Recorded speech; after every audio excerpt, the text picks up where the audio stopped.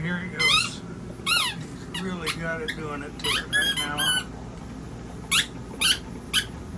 He can't seem to get enough of them squeaky toys. If you get him the right one, he'll spend loads of time on it.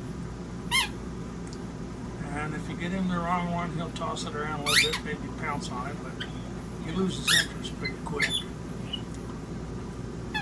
This one he seems to like. Something about the texture and the size are just right.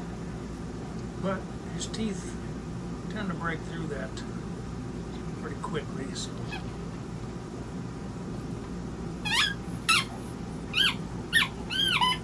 So do you want me to throw it again so you can chase it, or what?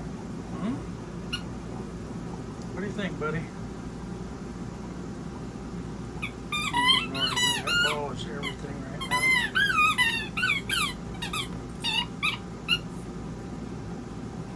Yeah. I'm liking that.